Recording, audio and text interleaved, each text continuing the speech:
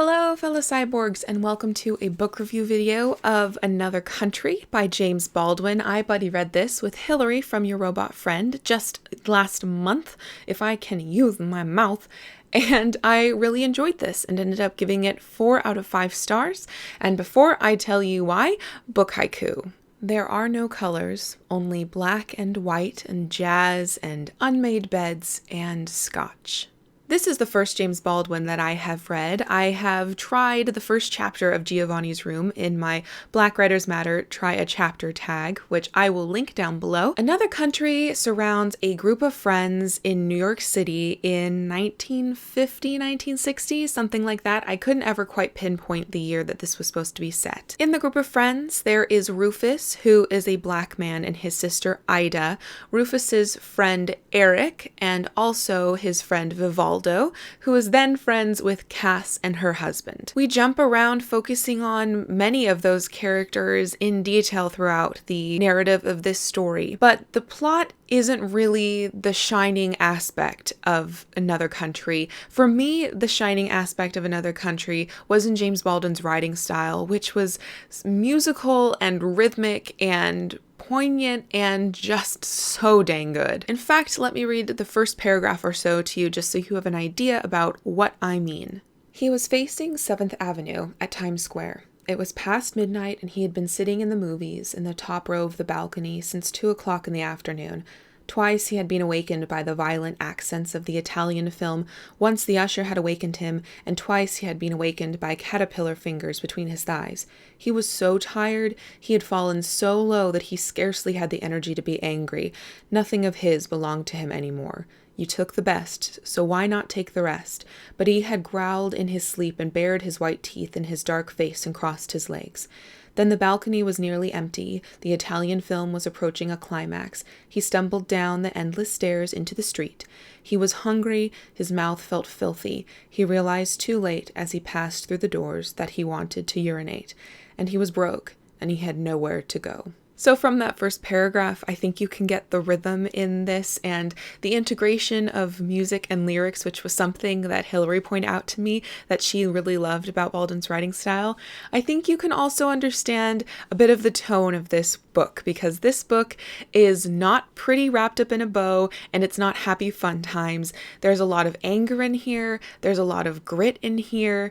There's a lot of vulnerability and self-sacrifice and not being who you thought you were going to be. This book talks a lot about race relations. There are 2 interracial couples that really talk about how much of a challenge that was at a time where interracial couples weren't an okay thing, or at least nearly not as accepted as they are now. And apart from just the tensions within a romantic relationship, there's also the tension of an interracial friendship and just the idea that white characters in this novel just really don't understand what the black characters have grown up with and are currently going through. Just the little nuances that make things just so much more difficult for them. There is also a representation of homosexuality in here, and I think more appropriately fluid sexuality, because at the time where Baldwin was writing this, I don't think Hillary and I were discussing this, that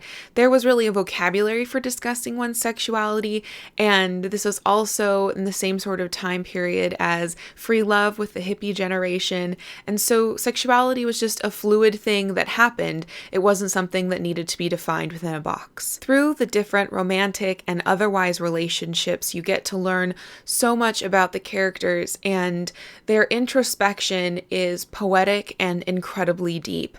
Baldwin tackles so many different aspects of humanity, interpersonal humanity in all of its forms, and he does so absolutely beautifully in his language. I absolutely adored the first chapter, but then I found that any semblance of plot kind of got washed away. I don't think that Baldwin was really out to tell a specific story. I think he was out to use characters to discuss topics that were important in his life and in his times that are still important today. But for that reason, I couldn't give this a 5 out of 5 star.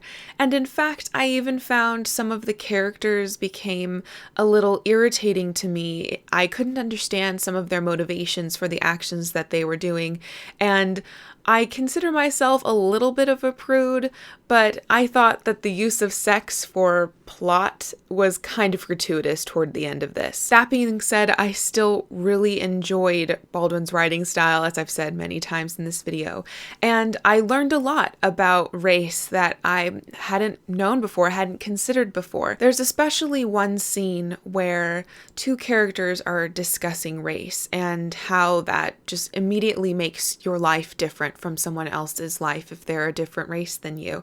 And just the amount of anger within the Black character who was talking about this. And I asked Hillary about it, and she did tell me something that was really encouraging. She said that she definitely felt the anger, but she didn't think that Baldwin accepted that as the healthy response to the situation. I'm not trying to dismiss the anger in the racial inequality in America, but I think that it was a lovely note to end on. Baldwin telling us that no matter the injustice in the situation, anger is just going to eat you up as much as it may eat up your enemies. So overall, I really enjoyed this, and I'm really glad that I buddy read this with Hillary, because there were some things that I was confused about and some hot button issues that I really needed to talk with another human about, and fortunately, she was a lovely human to talk about it with. If you need a bit of a fictionalized primer in race relations like I do, if you're interested in ideas of sexuality, of mortality,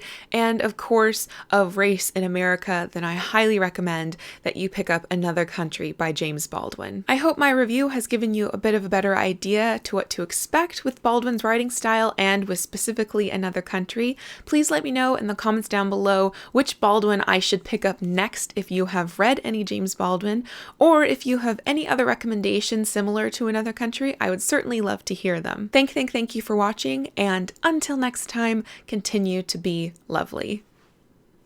And thank you to my patrons for supporting my channel financially through Patreon. I hope that you are learning great things in the books that you are reading, or at the very least enjoying what you're reading, and having a wonderful day.